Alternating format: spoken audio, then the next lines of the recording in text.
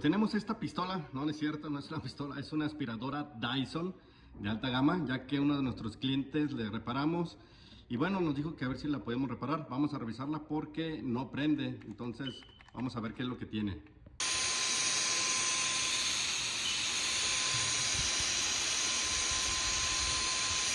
Y pues ya quedó exitosamente reparada esta aspiradora Dyson.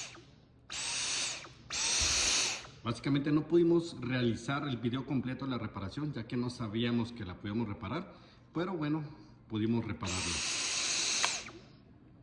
Si te gustó, dale like y comparte. Si no te gustó, también dime que no fue lo que te gustó.